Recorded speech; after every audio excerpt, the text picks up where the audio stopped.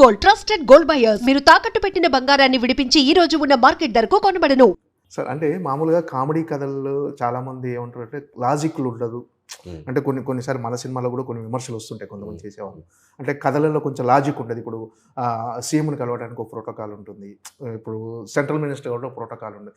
ఇలాంటివి నిజంగా అవసరం సార్ ఒక కథలో, కామెడీ కథల్లో లాజిక్లు అనేవి ఉంటే నేను ఎక్కడ లాజిక్ మిస్ అయ్యి చేయలేదండి ఈ సినిమా. మోస్ట్ ఆఫ్ ద టైమ్స్ లాజిక్గానే ఉంటుంది. ఎక్కడ టేక్ ఇట్ ఫర్ గ్రాంటెడ్గా చేయలేదు. చాలా అథెంటిక్గానే ఉంటాయి. ఒకటి రెండు చిన్న చిన్న ఏదైనా ఉంటే ఫన్ కోసం అడ్వాంటేజ్ తీసుకుంటాను తప్ప మేజర్గా కూడా ఎక్కడ ఇది చేయలేదు. సంక్రాంతిలో కూడా అంత కామెడీ సినిమాలో కూడా ప్రాపర్ సీఎంలు అలా పెట్టినా కూడా ప్రాపర్గానే ప్రోటోకాల్గానే తీసుకెళ్ళాం. ఎక్కడ అంత ఈజీగా చేయలేదు. ఇందుట్లో కూడా ఎక్కడ లాజిక్ అయితే బ్రేక్ చేయలేదు. మోస్ట్ ఆఫ్ ద టైమ్స్ 90% కరెక్ట్గానే వెళ్తాం. ఇంకా ఏదన్నా ఒకటి రెండు చోట్ల అంటే ఫన్ కోసం మిస్ అవుతాం. అంటే జనాలు ఎంటర్టైన్ చేయడమే లక్ష్యంగా ఉన్నప్పుడు చిన్న చిన్న లాజిక్ అవి ఆటోమేటిక్గా ఫ్లోలో వెళ్ళిపోతాయండి. స్టిల్ బట్ మనం టేక్ ఇట్ ఫర్ గ్రాంటెడ్గా చేయకూడదు తప్పులు. అవి కూడా నేను చేయను. మ్యాక్సిమం లాజికల్గా ఉండడానికే చూసుకుంటాం. సో అది కరెక్ట్గా చూసేటప్పుడు కూడా ఇది ఆర్గానిక్గా కనపడాలి. సో మనం ఇదేంటి ఇలా జరుగుద్దా, ఎట్లా వెళ్తారు అనే ఫీలింగ్ రాకూడదు. మ్యాక్సిమం అలా ఆర్గానిక్గా తీసుకెళ్తేనే అది నమ్ముతారు audience.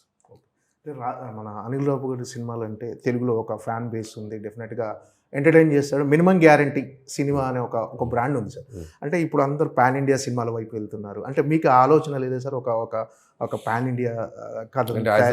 As of now I'm very happy with this regional and rooted films and చాలా బాగుంది.